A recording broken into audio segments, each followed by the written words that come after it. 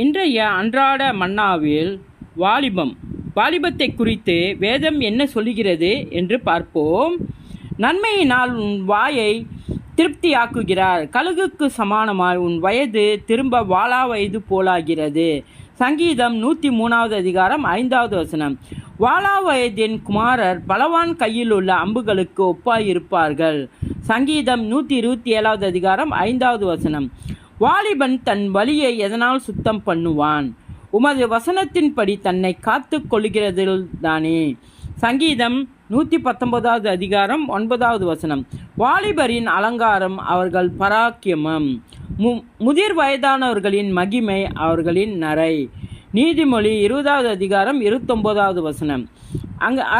அங்கே இனி அற்ப ஆயுசுள்ள பாலகனும் தன் நாட்கள் பூரணமாகாத கிழவனும் உண்டாயிரார்கள்.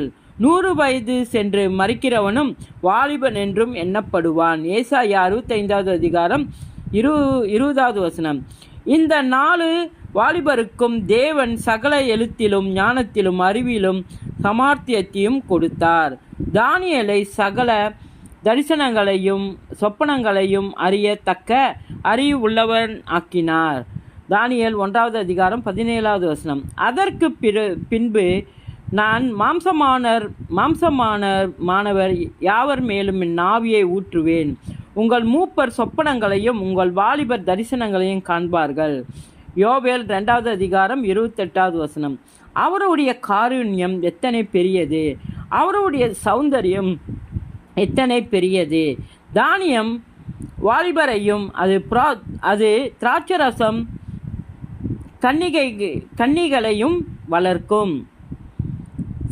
சகாரியா 9வது அதிகாரம் 17வது வசனம். வாலிபரே, நீங்கள் பலவான்களாய் இருக்கிறதினாலும் நீங்கள் பொல்லாங்கனை ஜெயித்ததினாலும் உங்களுக்கு எழுதியிருக்கிறேன். 1 யோவான் 2வது அதிகாரம் 14வது வசனம். நீ உன் வாலிப பிரயாத்திலே உன் சிருஷ்டிகரை நினை. பிரசங்கி 12வது அதிகாரம் 1வது வசனம். இயேசுவின் நாமத்தில்.